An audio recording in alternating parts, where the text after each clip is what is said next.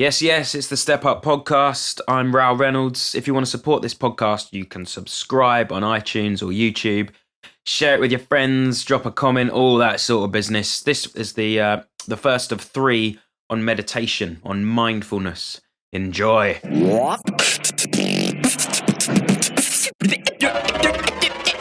You're listening to the Step Up podcast. Jacob at They All Say Hey on Twitter says, Rou, what is your most memorable meditation experience? How did it persuade/influence you? I've used meditation a lot for the last year and a half. There's a specific instance that I remember on our last European tour, actually. I was having a run of bad shows. The crowds are great, the gigs are great, but just personally, I couldn't get into them. My mind was kind of elsewhere. I was dealing with a lot of anxiety, a lot of shit relentlessly going round and round in my head. So the next night, I decided to meditate just for 20 minutes, about an hour before our show, thinking it might put me in a better mindset for the show. And it totally did. It was a completely different performance for me. I was far more in the moment on stage. I was far more focused. I was less worried about how I appeared on stage. I can often get quite worried about, do people think that I'm not enjoying it, that I'm not putting my heart into it? You know, I had that sort of anxiety going on. That was completely silenced. And I was just able to enjoy the show without any of that shit that had been bothering me beforehand. And that's the power of mindfulness, really. Mindfulness meditation can be a huge help for mental health in general, for anxiety, for depression. It can help dealing with stress. But also, it's just a great tool for increasing focus, empathy, or even just your well-being, your happiness in general. So that's why I'm going to do this podcast all about meditation, and specifically mindfulness meditation. I think it's something that's really quite simple, but often misunderstood or misrepresented.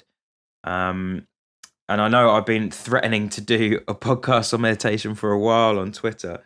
And it's taken a while because I wanted it to be quite detailed, quite thorough, but without just being me rambling on, without it getting too esoteric.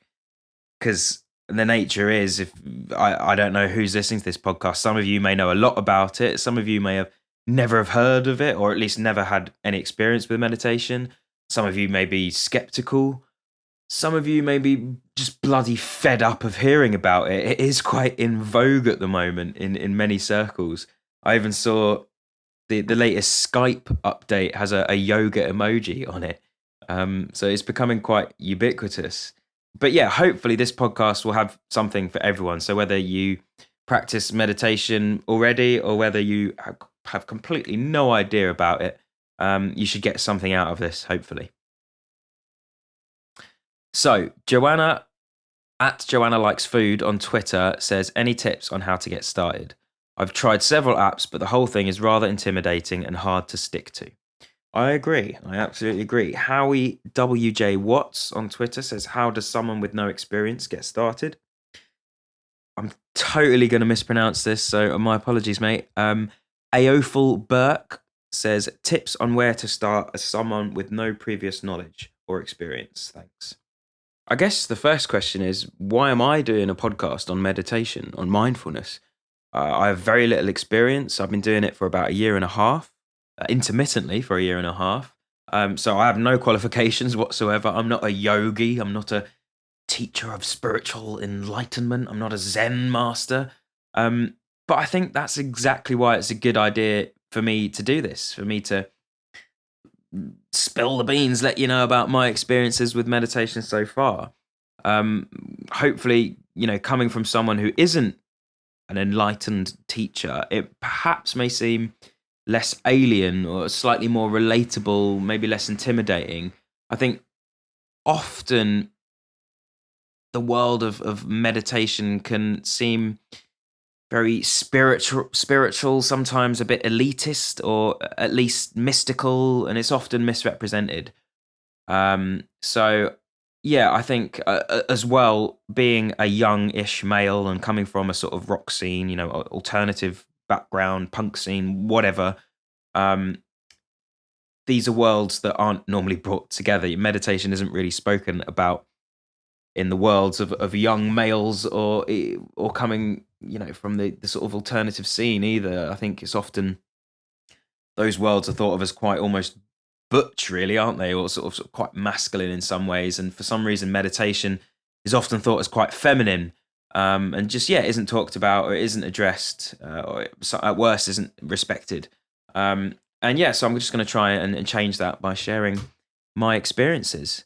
It's in the last sort of century or few centuries, I suppose, the West has begun to wake up to Eastern traditions, and it's only in the recent decades that we've seen science sort of be able to understand and begin to confirm and corroborate the long list of benefits to meditation, as it's finally been brought, properly into the Western psyche, if you like.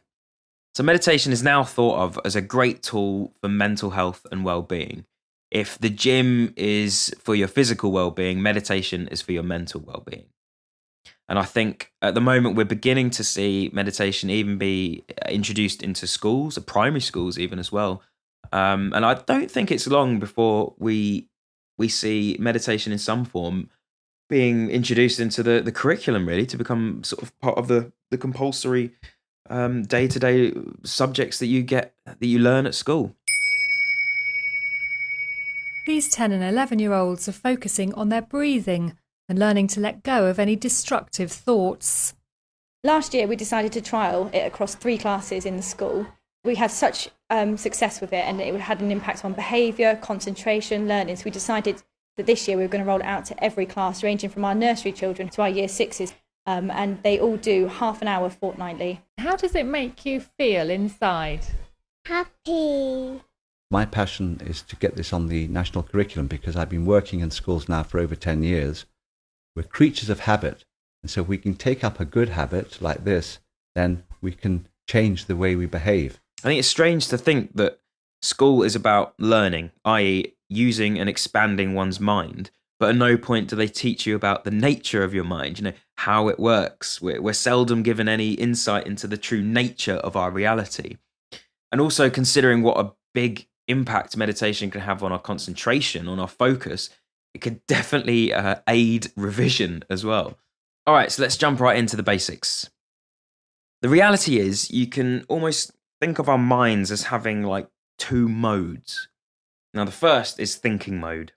This is your internal narrative, the chatter that goes on relentlessly in our minds every minute of the day, the constant planning, evaluating, memorizing, recalling. Now, evolution has endowed us with a mind that actually often highlights or concentrates on the bad.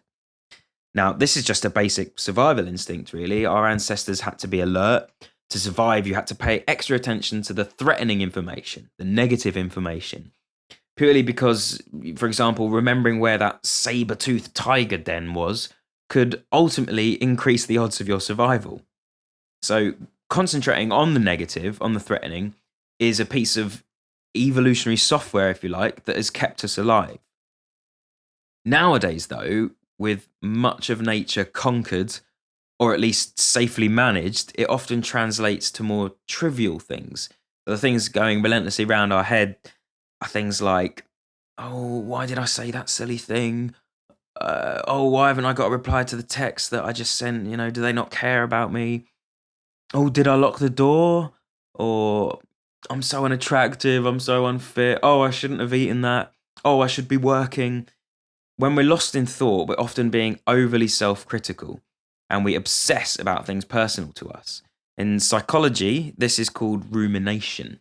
It's that compulsive, focused attention on the things that distress you, basically, and the possible causes of those things and the consequences and the potential bad events that could come in the future. This is the basis of stress and anxiety, and they permeate through us all. And this is the same reason that the news stories that sell the most papers are the frightening, shocking, predominantly negative news stories, as our attention is naturally drawn to them. Now, when our attention is focused on thinking or in thinking mode, This also includes the moments where you're not even aware you're thinking. Have you ever had that where, I don't know, perhaps you're on the bus and maybe your stop just comes up and you're like, oh, that's just flown by. I wasn't even aware that time went by. It happens a lot when you're driving as well. You just go into autopilot and you can't remember the last sort of few turns you made or the last bit of motorway you drove down. It's basically the moments where you're not really conscious or in control of your thoughts. Now, the second mode can be thought of as your sensing mode. And in everyday life, that just usually chugs along in the background. But it will jostle for attention and push thinking mode out the way when you hear a particularly loud sound, or when you bump yourself on the head, when you see a car out of the corner of your eye, your periphery vision when you're crossing the road. At these points, sensing mode barges through into your focus and takes over. Now, here's the interesting part. There's extensive research on how beneficial it is to spend a little time every day with your attention allocated purely onto your senses. So, i.e., in sensing mode, if you like. Now, in these moments, your mind is prevented from reflexive thinking. You've stopped your mind from gallivanting off on one about what it thinks is happening, or projections into the future, different possibilities, or ruminating over the past, your worries, your anxieties, whatever it's doing. And if you practice concentrating on your senses regularly, you can begin to take a little more control of your mind throughout the day. Our attention is like a wild horse that wants to constantly run about all over the place, and it needs a bit of training. So at a very base level, that's all mindfulness really is. Meditation sounds mystical, majestic, magical, intangible, elitist, weird. It's not. It's a very simple concept. Mindfulness is simply being in the present, being with your senses, rather than lost in thought or lost in the onslaught of the modern world. Don't center on your anxieties, Obi-Wan. Keep your concentration here and now where it belongs. Now, don't get me wrong, I'm not saying we shouldn't think or value thinking. I'm talking specifically about recognizing when thinking becomes overthinking, when it becomes relentless, unhelpful, prohibitive. Most of the time, our lives pass by incredibly fast. We're bombing it around in fifth gear. Now, if you're bumming it about in a car in fifth gear, no matter how good a driver you are, eventually one of the turns is going to throw you and you will lose control. Now, to make this a beautiful metaphor, when life throws you a sharp bend, you can lose control. And in modern life, stress, anxiety, depression are rife. Now, mindfulness is putting yourself back into a lower gear. It's enabling you to be ready and better prepared to take on life's twists and turns. So I'm going to have a quick look at different types of meditation that you get. Like in religion, there's lots of sects. I have to say that word very carefully. Not sex. There's not much sex in religion. There's lots of different sects, S-E-C-T-S. There's many different schools of thought, basically. And just like religion, mindfulness has its roots in many ancient methods. So we've got Zazen, which is basically Japanese for seated meditation. Vipassana, which means clear seeing. It's a word from an ancient Indian dialect that apparently the Buddha himself spoke. And finally, we've got Dzogchen, which is the Tibetan equivalent. Now, before I describe the practice of mindfulness, which I'm going to do in just a little bit, I just want to dispel some misconceptions. Because there's lots of other types of meditation and lots of widespread misconceptions in general, possibly because the only language or lens we've had to approach meditation has been a religious one. And meditation techniques can often be shrouded in pseudo-scientific philosophy, just bollocks, basically. Or, if I want to be a bit more nice and well-mannered about it, waffle. Now, thankfully, the practices themselves can be extracted from the archaic religious concepts and dogmas. And we can learn the tactics of meditation without the doctrines. Now, I do like Russell Brand, and I'm thoroughly bored by the shit that everyone pompously flings at him, the constant belittlement based on his character and not particularly his content. But if I was to add just one small nugget to that barrage of shit that he gets, it'd be that I'm often put off what he has to say by his incessant focus on the mystical. He and many others often go off on long, winding, verbose monologues about, connecting to pure consciousness, inner vibrations, connecting to the spirit of the source. I'm utterly uninterested in this sort of fluffy, cryptic, non-specific, arcane language. So basically what I'm saying here is, with all respect to religion, to history, to culture, I'm uninterested in chanting the names of certain deities. I don't believe the sounds of their names have healing powers. I don't want to try and make what many sects call the ultimate sound, which is described as sound without vibration. That obviously sounds like an absurd concept. It sounds like something said by someone who doesn't have a basic grasp of physics. Yogic flying is another one the many groups offer. Pay £1,000 and you basically learn to levitate. It's like, sure. Before I started mindfulness, I had meditation grouped with prayer, grouped with the mystical, the mysterious, the stuff that wasn't for me, basically. I'm quite a hardened atheist, and none of that interested me. At Dylan Thunder on Twitter says, and I love this question, I hope you meant it to be asked in this voice, what is to be accomplished through meditation? And then he puts as a little caveat in brackets, I've never done it. Joe Barnes 763 on Twitter says, what are the benefits that you can gain from it? For me, a good way to describe what meditation achieves is this following, perhaps rather clumsy analogy. Meditation is often thought as something that's just simply about relaxing. That's not really what it is.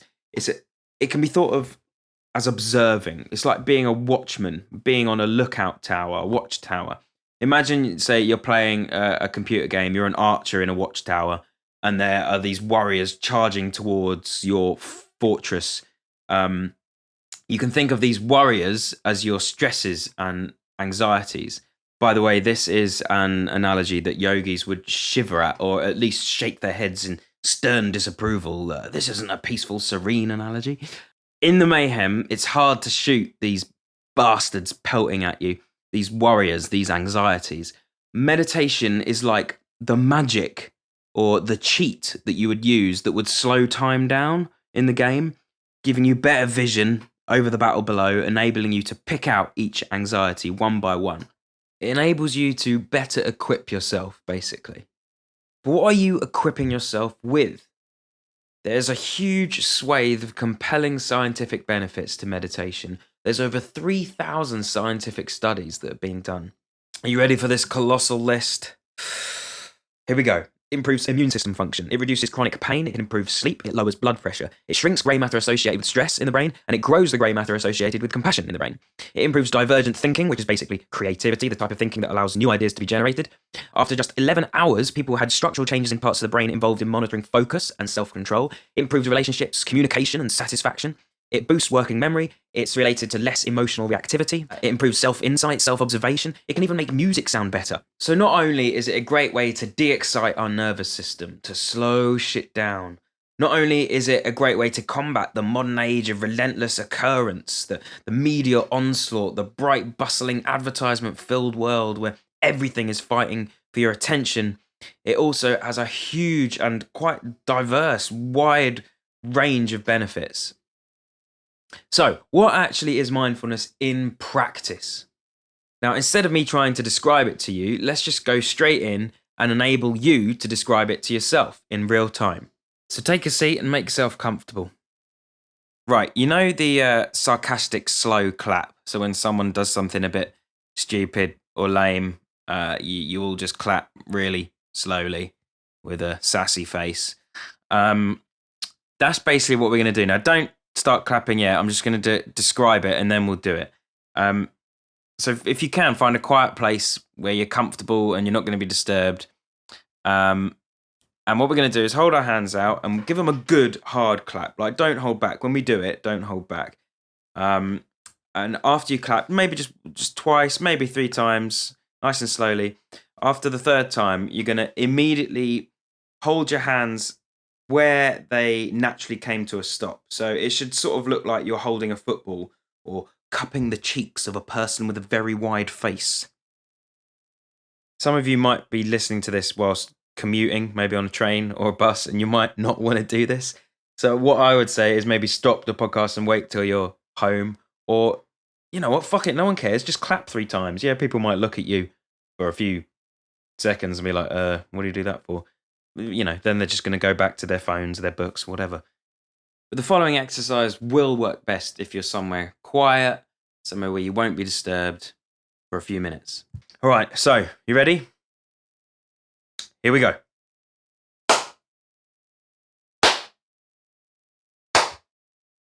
Right, now hold your hands out like you're holding a ball, a crystal ball.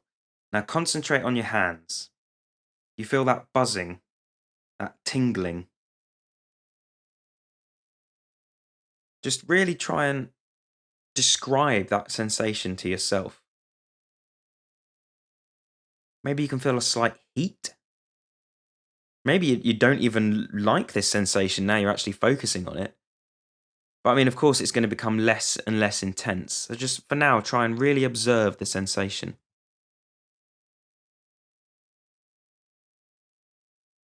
Now try and hone in on your index fingers. Your left and right index fingers. Really concentrate on how they feel.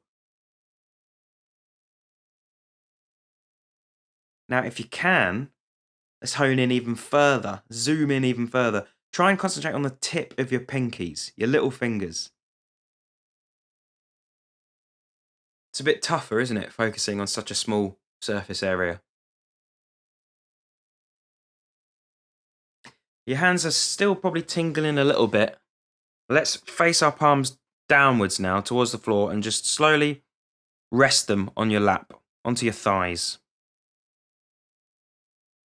And as well, just gently close your eyes. And all we're going to do here is just concentrate on that sensation of contact between your hands and your legs.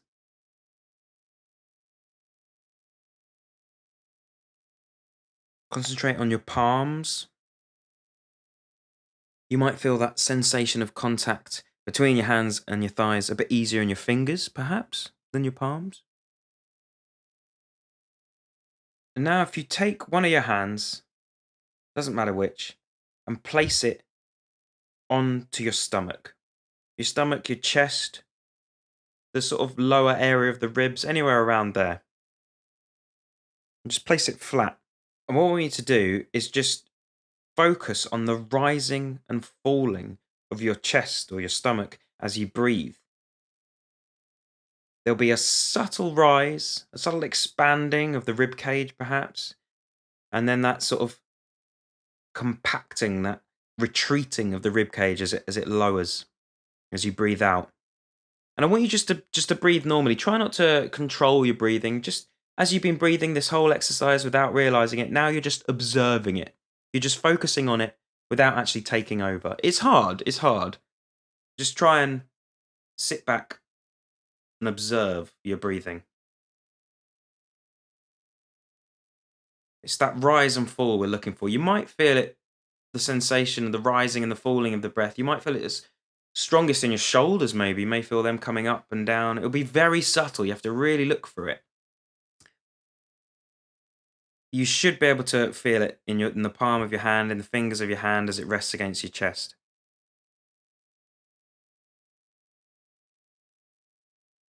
And well done. That was it. That was mindfulness. It's really that simple. It's just being mindful of your sensations. It's a technique that's easy to explain or teach. You know, I just did it. But it's hard to master. But luckily, it doesn't require any real effort. You don't have to develop a skill in visualizing something or memorizing something, repeating a mantra. You don't have to develop knowledge of deities or scripture. It's simply paying attention to what's happening in the present moment. And anything that takes you out of the present moment, perhaps a sound or a different sensation, an emotion, or just some thoughts take you away from the present moment, you just dismiss them. So you don't even particularly need a quiet room or a comfortable body, each sound, each sensation, each emotion that grabs your attention and takes your focus, you simply approach with interest. Anything you notice is as good as any other object of meditation, and then you just dismiss it and go back to what you were focusing on. Now, that's what separates the practice of mindfulness in terms of its ease of practice. You're simply putting your experience of life strictly in the present from moment to moment under the microscope. Now, by far the most widespread and most used method of mindfulness is simply sitting down and concentrating on one's breath, as we did towards the end of that last exercise. And the only point that is just important to reiterate, the distinction to make straight away is by concentrating on the breath, I don't mean controlling it. It's not a breathing exercise. It's an exercise in awareness, in vigilance. The breath is your vehicle that you use to be in the present moment. And I still find it quite hard not to control the breath, but just to simply observe it. And I also understand that doesn't exactly sound like the most thrilling thing to do. So obviously you will get bored. Your mind will run off. But there's no expectation of clearing your mind completely. That's not the aim. And that's another one of my pet hates with meditation. It's often presented in that way when teachers say, now clear your mind. And then there's usually some sort of soundscape, sort of nice ethereal sound synth in the background, and maybe some little chimes, and clear your mind. Well, no, it's not really that simple, love, is it? Sabrina E. at FlowSabi on Twitter says, Rou, how can I keep my mind quiet during meditation? Cody Snow at Ursus Tyrannus. How do you get your mind to stop racing? For decades, we have trained our minds to be distracted. So it will take a lot of time to train it to be undistracted. Your mind will drift off and you'll find yourself thinking about all sorts. You'll notice sounds, you'll notice different sensations, pressure, tightness, tingling, heaviness, lightness. But all you do is simply observe that your attention has been taken away. And when that sensation no longer dominates, it's no longer going, listen to me, you return your attention to the breath. And likewise, every time you realize you've started thinking about something else, simply be aware in that moment of whatever emotion or thought has risen in your mind or taken your attention, and then bring your attention back to the object of meditation, which in this case is your breath. So I'm going to talk a bit about the end goal now. Mindfulness is intended to highlight the nature of impermanence. Our thoughts and feelings are temporary, they're fleeting, ever-changing. During mindfulness practice, you will, at some point, suddenly realize, shit, I've been thinking about this or so-and-so for the last 30 seconds. And then you'll acknowledge that and bring yourself back to the breath. And there's the big difference. You're not letting that thought flood your mind and dictate your emotions. You know, that reflexive thinking, being in automatic mode. You're simply aware of its presence and then you move back. So you don't let it take over. You don't let yourself become inside the thought. So you don't have to have, negative thoughts reflecting back and forth off the walls of your skull constantly, like flubber for hours on end. You can develop more control, basically. And with that comes increased performance, confidence, happiness, contentment, empathy, and calm. I'm going to use another clumsy analogy here. If you imagine a boat in rough seas, and there's little bits of just rubbish everywhere, like the Pacific Ocean. There's just bits of plastic, isn't there? The what do they call it? The Great Pacific Garbage Dump or something.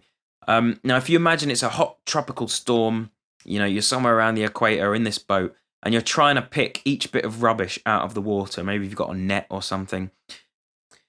Now, meditation sort of calms and cools these seas. So if you imagine it sort of cooling it so much that it becomes a sort of slush puppy, like an ice. It's just completely still. And you can just go around picking slowly and carefully each bit of rubbish out of the ice, nice and easy. So for anyone who wants to give mindfulness a go, to start practicing little exercises each day, the next podcast, there's going to be a full 15-minute exercise, which is just basically concentrating on the breath, and I'll be guiding you through the exercise, through the 15 minutes, and that'll get you started. For those of you who want to dive and delve straight in much deeper from the start, there's some great apps that I can recommend. My favorite by quite a long shot, and one I've recommended countless times on Twitter, is an app called Headspace. You can check out this organization at headspace.com.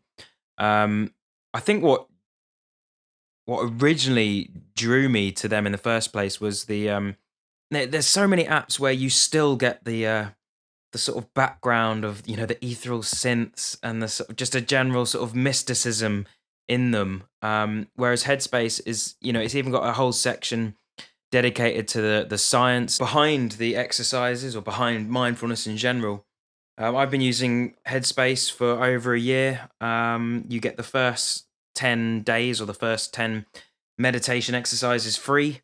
And after that, there's a whole wealth of different ways you can customize the packages for what it is you're interested in, be it, combating depression or anxiety or bettering your performance or focus or anything. They've got all sorts of courses dedicated to different areas.